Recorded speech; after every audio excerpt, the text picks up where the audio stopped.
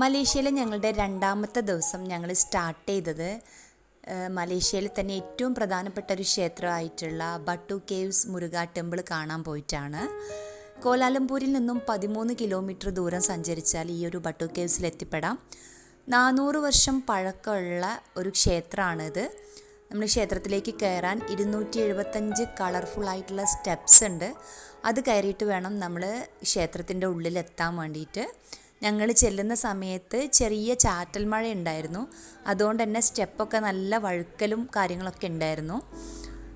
43 അടി വരുന്ന മുരുക പ്രതിമയാണ് ഇവിടുത്തെ ഒരു പ്രധാനപ്പെട്ട ആകർഷണം.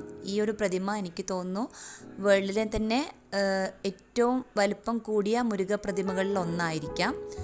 നല്ല കളർഫുള്ളായിട്ടുള്ള സ്റ്റെപ്സാണ്. അതാണ് ഇവിടുത്തെ വേറൊരു അട്രാക്ഷൻ എന്ന് പറയുന്നത്. നല്ല ഭംഗിയുണ്ടായിരുന്നു. നമ്മൾ സ്റ്റെപ്സൊക്കെ കയറി പോകുമ്പം നിറച്ചും കുരങ്ങന്മാരും ഒക്കെ ഉണ്ട്. കാണാൻ നല്ല ഭംഗിയാണ്.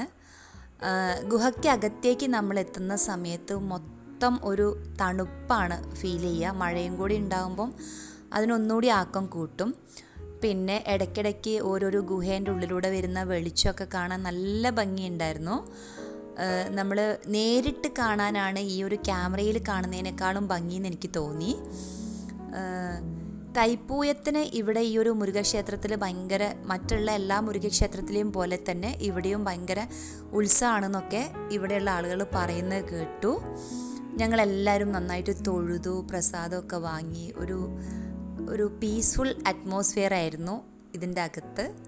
അപ്പം എല്ലാ സ്ഥലത്തും പോയ പോലെ തന്നെ നമ്മൾ മലേഷ്യയിൽ വന്നിട്ടുണ്ടെങ്കിൽ എന്തായാലും പോയിരിക്കേണ്ട ഒരു സ്ഥലമാണ് ഈ ഒരു ബട്ടു കേവ്സ്.